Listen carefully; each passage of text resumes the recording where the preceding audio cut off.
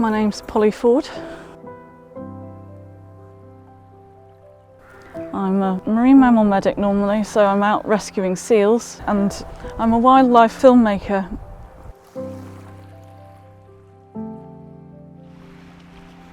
Something I've always had a passion about was my grandpa's World War II story, and this is why I want to make this documentary. We've got to try and keep it alive somehow.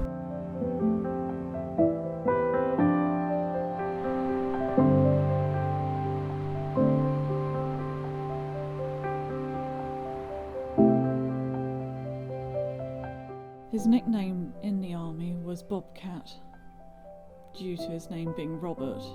I made this film with my dad, Simon Ford, in honour of my grandpa and the other soldiers who died. My grandpa died in 2015.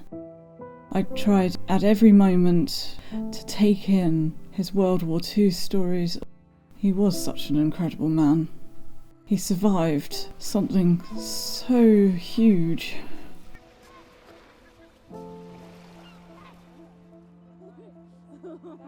And I was brought up as a soldier's son and knew nothing else.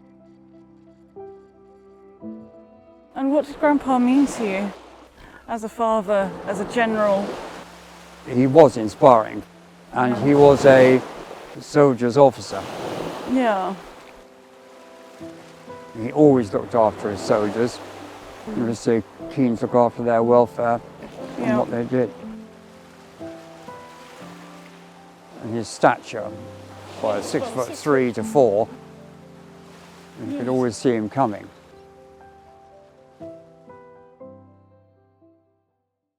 Like many soldiers, he was thrown into the war at a very young age, having been 19 years old when he joined the regiment, the 4th 7th Royal Dragoon Guards.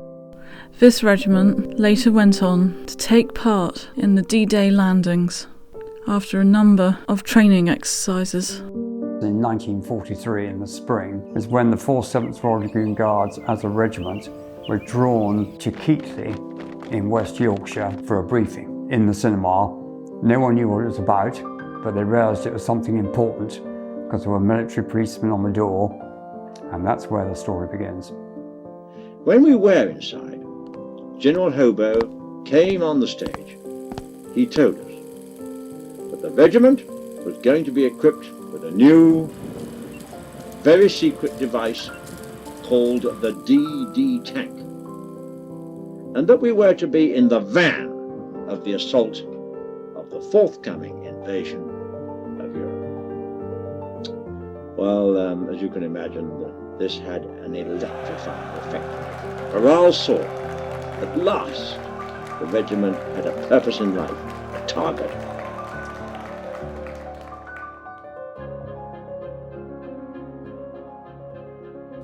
A DD tank is a vehicle whose flotation is achieved by means of a disposable canvas screen fitted to the tank hull, and this, of course, enables it to float. And then, on landing, the screen can be instantly collapsed by a quick-release device, and then the tank is ready for action. But when it is afloat, there's only 3 or 4 feet of the screen showing above the waterline. This means that it looks quite an innocent canvas vehicle as it comes in towards the beach, with no hint of the lethal weapon behind. The Germans would not realize that they were being assaulted by tanks until the vehicles actually beached. Now, because of the submerged position of the tank in the water, every member of the crew had to be trained in a modified type of Davis submarine escape apparatus. I remember that we, in the very first case, would get in at the shallow end of the swimming pool and walk down to the deep end, with the water gradually coming up over one's face. And you switched on your oxygen and then climbed up the steps at the deep end.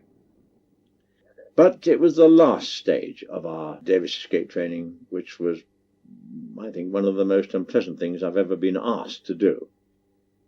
There was a tank turret in the bottom of a very deep shaft, and we climbed down a ladder into this turret. You then wait. They then put on their Davis escape apparatus, and then they fill it up with water, which gradually rises from the bottom, covers up the head. Which roared and swirled around us all.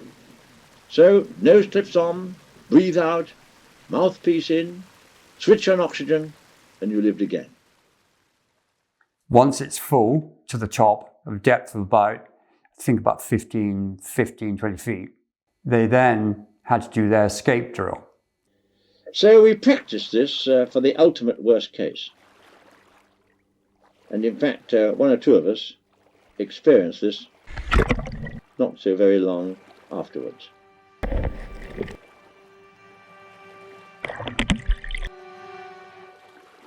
In April of 1944, we did the first really major exercise from Studland Bay, where they had made a replica of the beach on which we were eventually going to land in Normandy. So we sailed out towards mid-channel, turned around, and we were given the order to launch round about 6,000 yards off the beach. It was pitch dark. The sea was pretty rough. In our hearts, we knew that we had little chance of reaching the shore.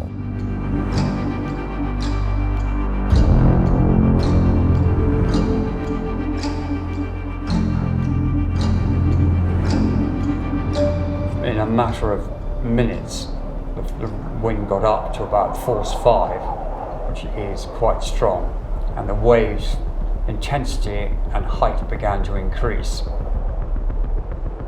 We were taking water, but the water was coming in far faster than we could pump it out. And the last thing I remember was an enormous wave breaking up.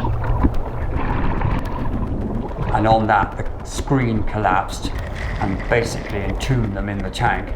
They immediately sank to the bottom of the bay. Down to about 20 to 30 feet. My father waited till it hit the bottom because the screen was over. He couldn't move. But then, of course, the screen naturally folded back. And at that point, the water obviously came in. But I was wearing flying boots against regimental orders. And this is probably what saved him, because his feet were trapped. He had to lean down, undo the zips, free his feet and legs. And got out of under the canvas screen and swam to the surface. Now it's dark up there, and he was actually adrift for about 40 minutes. It was very cold, very scary, and he was picked up by a destroyer about 40 minutes later, and then wrapped him up and gave him a tot of rum.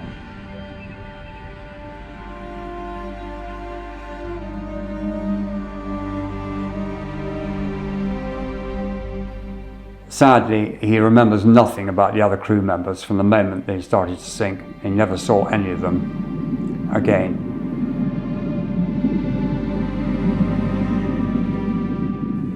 I regret to say that none of my crew ever came up. The regiment lost 6 tanks from B and C squadrons.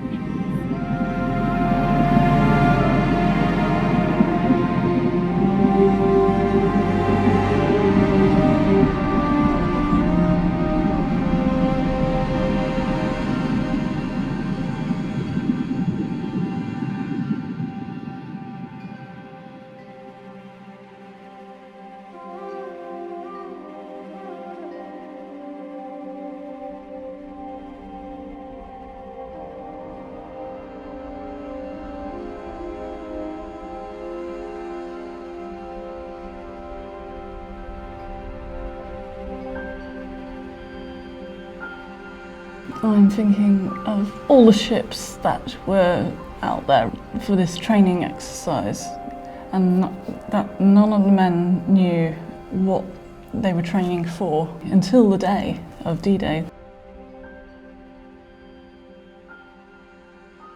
Following Exercise Smash, my grandpa and his regiment had to carry on through the grief of losing friends as they continued training for D-Day.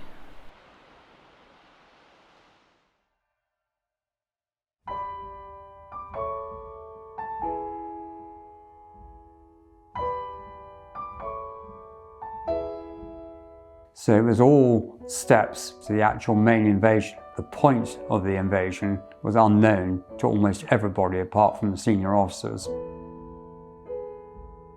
The Germans, they were kept guessing to tie down resources on the hundreds of miles of coastline.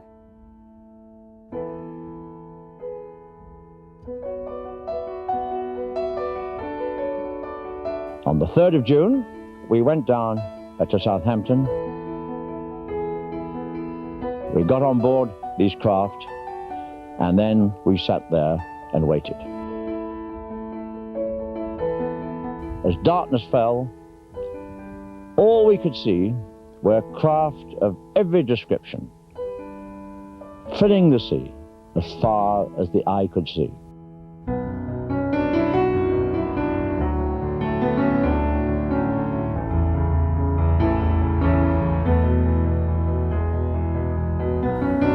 And it was at this stage that everyone was briefed about exactly where we were going. They already, of course, knew what they had to do.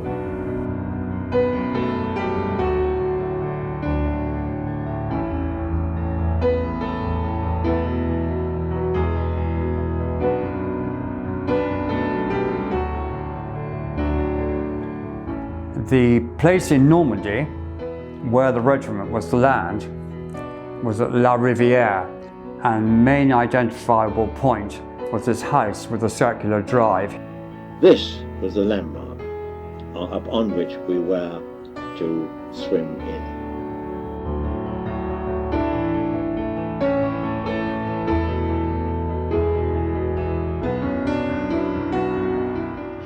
Now, one final word. Here we were off on Operation Overlord.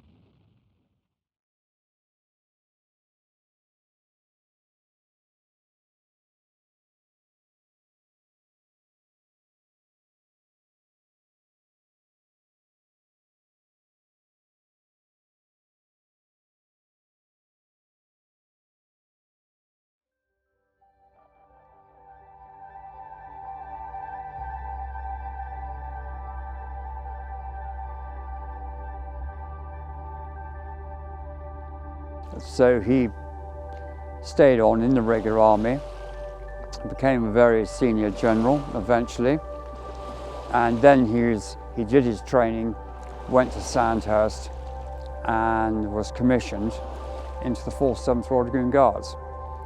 And we're standing at the point where he nearly met his death on the 4th of April 1944, practicing for the D-Day landings. And it was appropriate that we should scatter his ashes at this particular spot we're now standing on.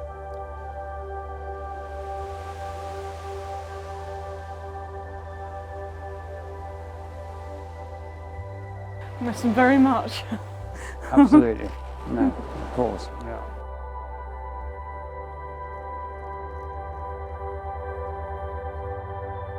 Such a wonderful man. Yes.